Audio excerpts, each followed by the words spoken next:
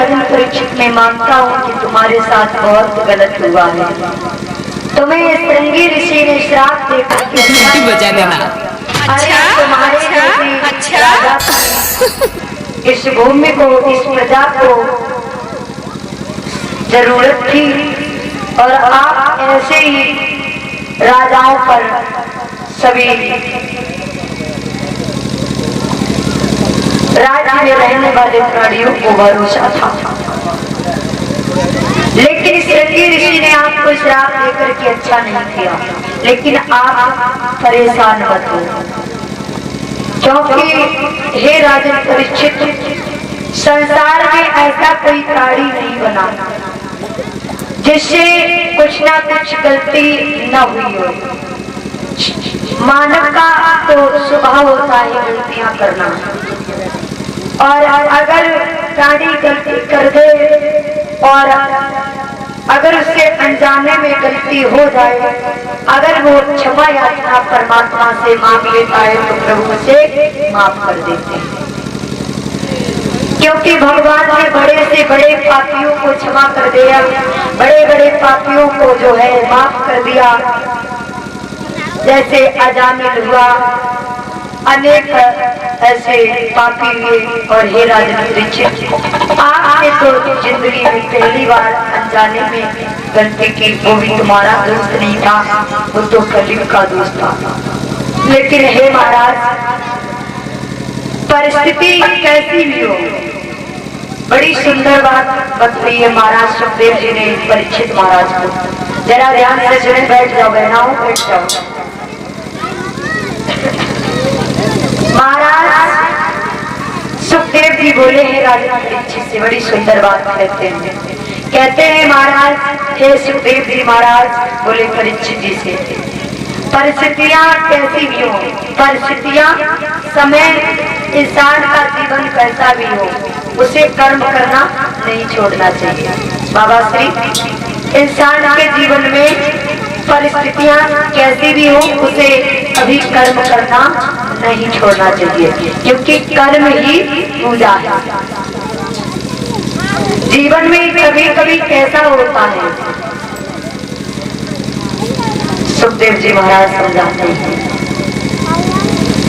बड़ी सुंदर बात कही है, जरा ध्यान से सुनिएगा।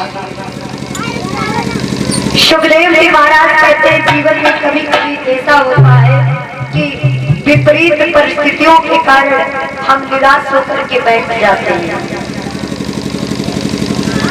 थोड़ा सा दुख आ जाने पर हम निराश हो जाते हैं, हम अपने मन को तोड़ लेते हैं, अंदर से इतना टूट जाते हैं, इतना टूट जाते हैं जो अपने को संभाल ही नहीं पाते,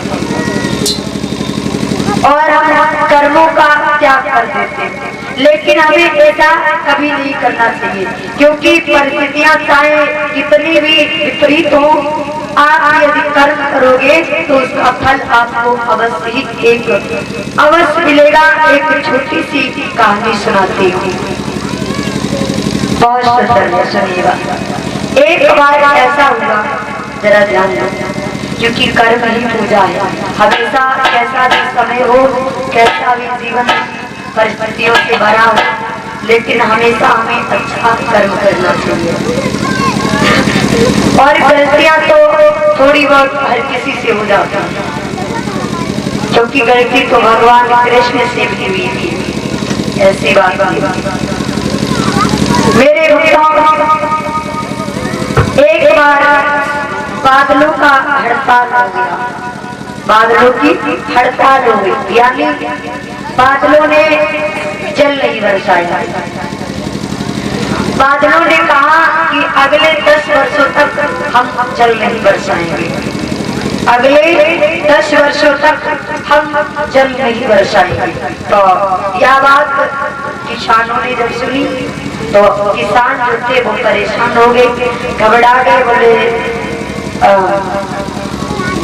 अगर बारिश नहीं होगी तो हम अनाज कैसे पैदा करेंगे, बहुत परेशान हो गए।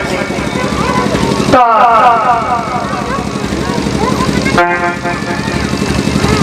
उन किसानों में एक किसान ऐसा था, बड़ा मेहनती था, बड़ा कर्म करने वाला था, आज जितने भी किसान थे उन्होंने अपने अपने हल जो थे वो बंद करके रख दिए। बोले अब तो 10 साल तक तो बारिश ही नहीं होगी।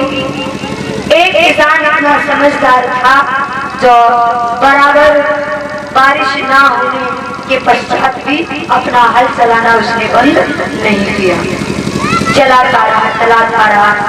तो एक दिन ऐसा हुआ कि कुछ बादल जो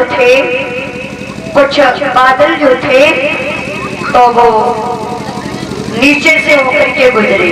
जब किसान को देखा तो बादलों ने कहा, किसान भैया 10 वर्ष तक बारिश नहीं होगी और आप हल चला रहे हो, व्यर्थ में आप जो है कि मेहनत कर रहे हो।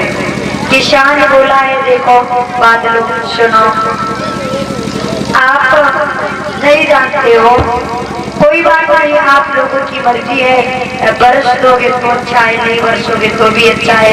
अगर मैं मेहनत करूंगा तो भूखा नहीं रहूंगा, कुछ ना कुछ थोड़ा बहुत करेंगे। तो आज बादलों को जो दया आ गई तो बादलों को मजबूर होकर के बारिश करनी पड़ी।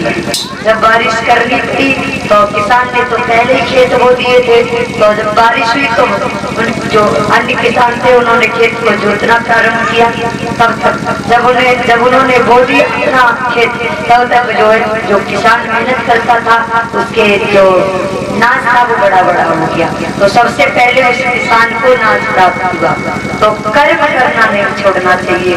आज उस किसान के कर्म के प्रति बादलों को भी झुकना पड़ा और बादलों को भी उसके कर्मों का फल, उसकी मेहनत का फल देना पड़ा। तो भक्तों, परिस्थितियां कैसी भी हो, कभी अच्छे कर्म करना मत लगना, क्योंकि छोटी मोटी गलती तो प्राणियों से होती रहती है। कभी ये मत सोचो हमसे ये गलती वही बन गई, हम अपना कर्म करना छोड़ दें, नहीं, ऐसा कभी मत करिएगा।